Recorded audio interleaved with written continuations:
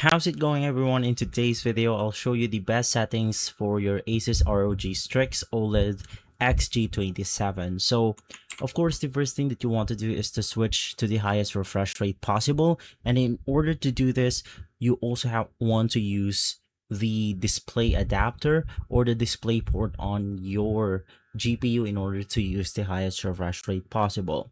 You can simply change this inside the advanced display setting, and then we have our refresh rate on there. So once again, just select the highest value.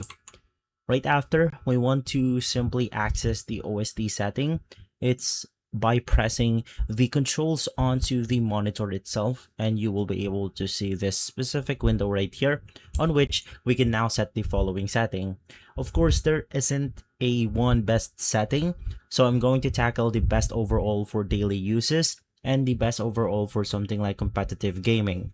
Now, for the overall best gaming plus daily use, you want to set your refresh rate once again to something like 240 Hz. The adaptive sync is going to be on. The game visual is going to be set to racing mode, brightness 35 to 45. Since it's OLED, we don't need to set higher brightness.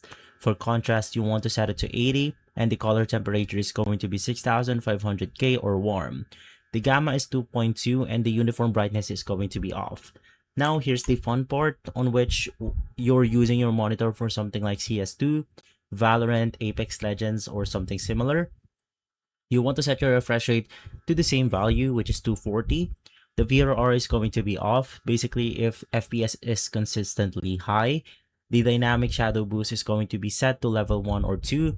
HDR off. The OLED anti-flicker is going to be off or low. Aspect control is going to be full, and the sharpness is going to be set at default. And so there you have it, the best setting for both of best worlds.